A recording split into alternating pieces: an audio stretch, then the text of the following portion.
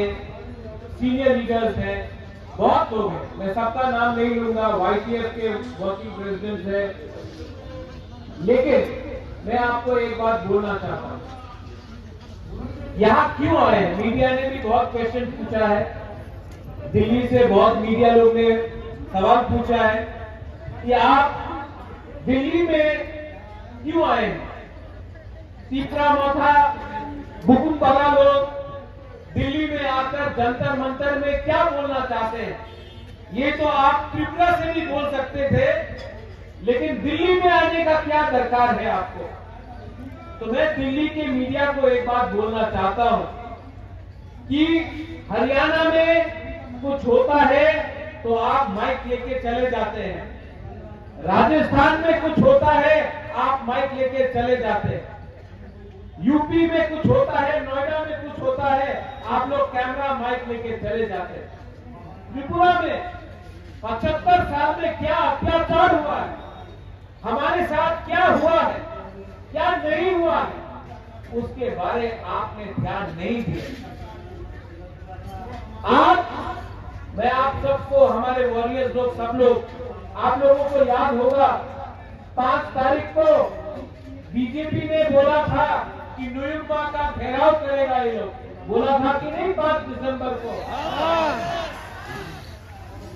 आज 6 दिसंबर को हम लोग ने दिल्ली का घेराव किया है, दिल्ली का घेराव किया है।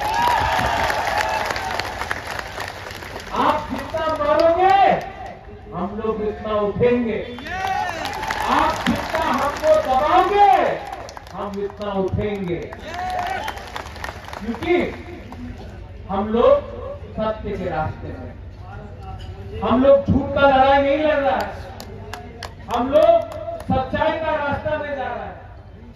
आज उनके पास पैसा है, उनके पास सिस्टम है, उनके पास सब कुछ है, हमारे पास सच्चाई का रास्ता है, हमारे पास पब्लिक है।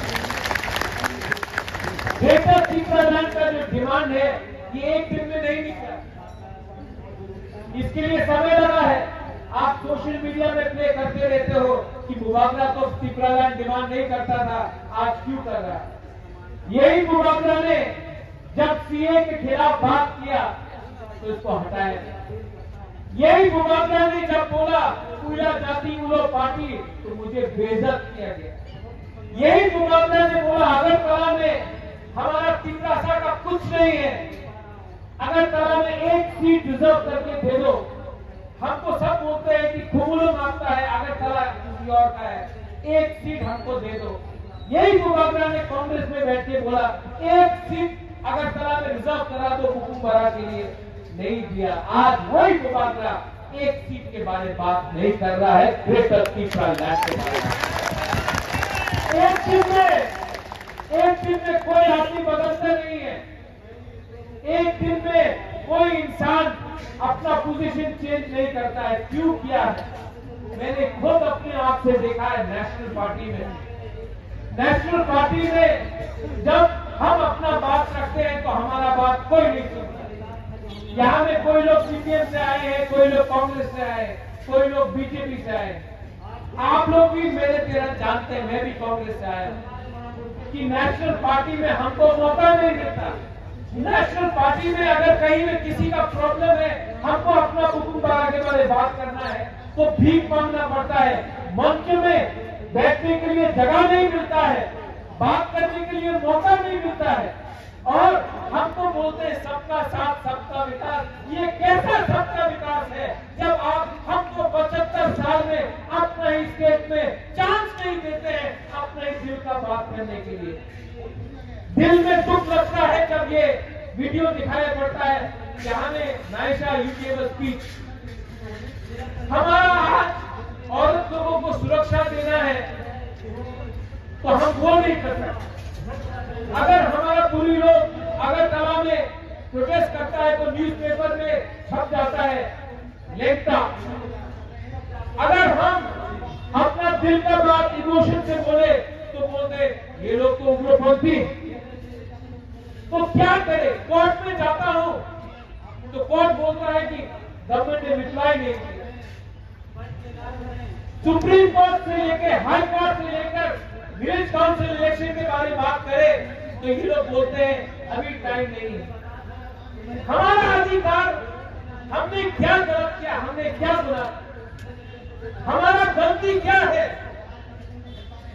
मेरी ग्रैंडमदर ने इंस्ट्रूमेंट ऑफ एक्सेशन में साइन किया मेरे पिताजी महाराजा किरण विक्रम के नाम। उस समय सरदार पटेल ने क्या बोला?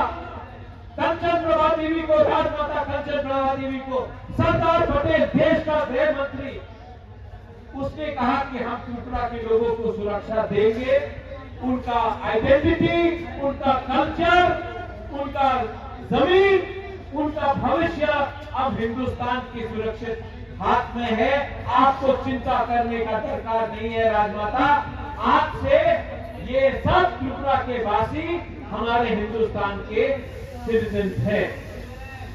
क्या मिला है 75 साल? आज क्या मिला है? अधिकार नहीं, इलेक्शन करना चाहे तो विलेज काउंसिल इलेक्शन नहीं, नौकरी करना चाहे तो नौकरी के लिए भीख मांगना पड़ता है। आज एबीसी में हमें जो आपने वोट देके बनाया, हमको भीख मांगना पड़ता है। तो आपका क्या पोजीशन होगा? बोलते हैं डेवलपमेंट मांगो, पिपरालैंड मत मांगो। आपने 75 साल में डेवलपमेंट क्यों नहीं किया? आज जब हम लोग ग्रेटर पिपरालैंड के वाले बात करते हैं तब आप बोलते हैं नहीं नहीं अब डेवलपमेंट होगा। 75 साल तक क्या आप सो के बैठे थे? 75 साल तक त्रिपुरा राज्य हिंदुस्तान का नहीं था। जब हमारा खालसा आता है, जब हमारा एकता आता है, आप सरदार पटेल के बारे में बात करते हो। सरदार पटेल ने हिंदुस्तान को एक किया, सरदार पटेल ने खालसा लाया, इसके लिए हिंदुस्तान बना। आज यहाँ में त्रिपुरा के साथ मुकाबला खालसा लेकर आकर त्रिपुरा साहब को एक कर रहा है। ये लोग सिर्फ पॉलिटिक्स करना जानता है, सिर्फ पॉलिटिक्स देखा है इन्होंने, सिर्फ वोट बैंक का राजनीति करता है ये लोग। कॉन्ट्रैक्टर, वही कॉन्ट्रैक्टर जो सीपीएम के टाइम में था, जो कांग्रेस के टाइम में था, आज बीजेपी के टाइम में है। कॉन्ट्रैक्टर वही है, पार्टी बदल गई। माफिया वही है, माफिया जो ड्रग सप्लाई सीपीएम के टाइम में करता था, कांग्रेस के टाइम में करता था, आज बीजेपी में है। माफिया वही है, झंडा अलग दिखता है। आज हमारा त्रिपुरा सालो, त्रिपुरा के जो बिगोलीज है, मुसलमान है, क्रिश्चियन है, बुद्धिस्ट है, हिंदू है, उनका क्या हुआ? वोट के नाम में, पार्टी के नाम में, झंडा के नाम में आपको बांटा है। आज तक कोई पार्टी ने खालसा के बारे में बात नहीं किया, क्योंकि ये लोग जानता है, ये नेता लोग जानता है जिस दिन पब्लिक एक हो जाएगा ना, ये नेता का दुकान बंद हो जाएगा। इसके लिए लोग हमारा खालसा हो जाता है। बोलता त्रिपुरालैंड होगा, त्रिपुरालैंड होगा बोलता है। तो क्यों सुनील देवधर ने बोला था त्रिपुरा टेरिटोरियल काउंसिल बन गया है, मोदी जी ने नया कानून लाया? कहाँ है ये कानून? कहाँ है ये कानून? इलेक्शन के पहले आप बोलते रहते हैं 7th पे कमीशन, इलेक्शन के पहले आप बोलते हैं बाटा मिलेगा, मिस काउंटर और नौकरी मिलेगा। अभी फिर से इलेक्शन आएगा, फिर से प्रॉमिस किया जाएगा। लेकिन मैंने क्या बोला? जब तक आप लोग राइटिंग